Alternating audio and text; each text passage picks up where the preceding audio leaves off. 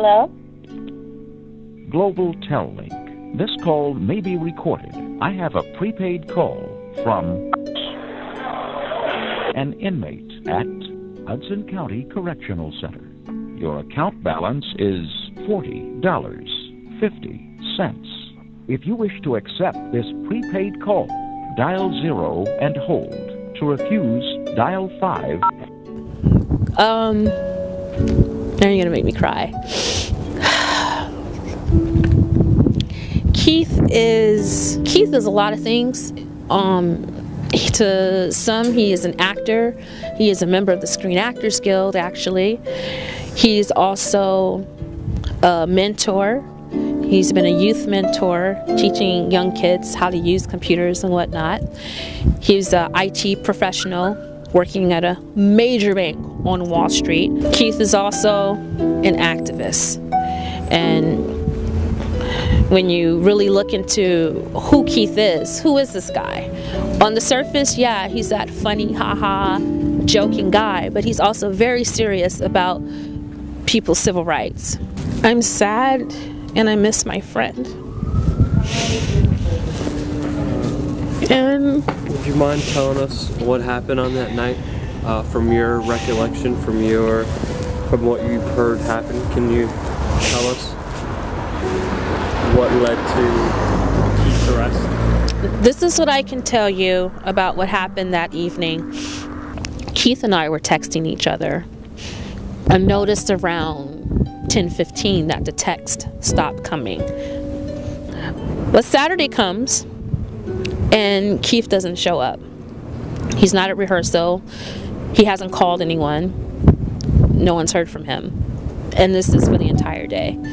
And given what I know about Keith and his character, this was very much outside of his normal patterns of behavior. So I thought to myself, which police department has he pissed off recently?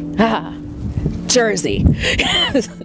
Because of a video he posted on his website, or his Facebook, of an interaction he had with the Jersey police threatening to arrest him because he was videotaping them at the MTA. So that was my first instinct, was to call the New Jersey Police Department, where they confirmed that they had him in custody. Eventually I would find out from Keith and then the landlord that on Thursday evening, as Keith was in his room, in bed, texting me, and I was aware, based on our conversation before, that the heat had been going out in this week, which was the coldest winter week here on the East Coast. The next thing that happened, according to the landlord, was in his argument with the upstairs neighbor. He told the upstairs neighbor the heating was going to be fixed Saturday. The police arrived, the landlord was at home, and he heard him knocking on the door upstairs. Then the police came and knocked on the landlord's door and started yelling at him about, why are you leaving this man in the cold, and don't you know he's sick? And the landlord said the police were very intimidated to him and spoke to him as if he was their employee and demanded that he fix the heat right away. Even though the landlord explained that the heat was going to be fixed in the next 2 days and that there was nothing he could do about it, the police, under the pretense of coming in to check a heating problem, barged into Keith's apartment without a warrant, without proper cause, and surprised him inside of his apartment. This corresponds with the thump that Keith told me he heard while he was in his bedroom, because he didn't understand what was going on. So Keith, not knowing that there were people in his apartment, but hearing something outside of his bedroom door, sensing that something is wrong, maybe someone is inside of his apartment, in this glorious neighborhood of Jersey City, where it is just safe, puts his hand on a notebook pouch, a zip-up pouch that has his legally owned handgun inside of it. So when he opened the door, at first he saw the police outside the door, he saw the landlord, and he saw someone standing in his living room. So he put it down, and that's when the officer turned around and said, "What's that in your hand? What did you just pull? What did you just put down?" The landlord says that the officers immediately pulled guns out on Keith, when they thought that he might have a weapon, and barged into his room, searched the room, found his handgun, and arrested him. The guns were not in plain sight. As a matter of fact, the one handgun that Keith had was never taken out. It was in a zip-up notebook pouch, which looks like a day planner, zipped up inside of a day planner. This is what Keith threw down, that the cops questioned him about. So in order for them to know what was inside that day planner, they had to illegally search, open it up, find a weapon, and then search the apartment after handcuffing him and find other weapons that were not in plain view. Keith was charged with illegal possession of a handgun, illegal possession of a quote-unquote assault rifle, felony possession of quote-unquote assault rifle, and illegal possession of bullets, and transporting bullets. Transporting from where to where when you're at home, I don't know. I was aware of the fact that he had guns, because he talked to me about it, and he talked to me about gun safety and his licenses. He showed me his licenses for several states. He told me how his guns were legal. He told me about the school that he went to for gun safety and all of these things. And I believe Keith was in the process of getting permits for this state, because he talked about the lengthy process of doing so, the paperwork and how difficult it was. And the police didn't care about that. They said, you don't have permits for this state. And they snatched him out of his apartment and arrested him. As a result, to this moment, Keith has lost his Wall Street job. Again, he was working on Wall Street as an IT professional for a very large and high-end bank. He no longer has that position.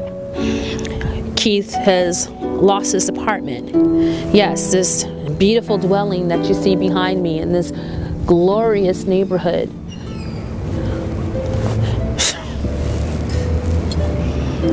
He's, and to a certain extent, between the article maligning his character, comparing him to terrorists, you know, his name has been, or they've attempted to tarnish his name. They've attempted to basically, in every way possible, ruin otherwise law-abiding citizen. I don't say anything more. It just, you know, it's amazing to me how, with all of the criminal ownership of weapons, particularly in this area, the one person is doing everything that he can to make sure that he legally owns his weapons and have the legal and licensed right to have them in his home, who does everything he can to educate himself and the public about their constitutional rights, their Second Amendment rights, their Fourth Amendment rights to bear arms, protect themselves, and do everything by the book. This is the one, this is the guy that they arrest? I'm sorry, there's something really wrong. Keith's bail amount is set right now at $75,000. His legal fees for his attorney is around $20,000. What I'm trying to do is raise awareness, and not only raise awareness to get the story out about this egregious miscarriage of justice and the trampling of a man's, not even just the Second Amendment rights, his Fourth Amendment rights, but also raise money to help cover his legal fees. And beyond that, if enough money can be raised for his legal fees, enough money can be raised to help other people who are in this situation as well. Because he's not the only one who has experienced this or is going to experience this.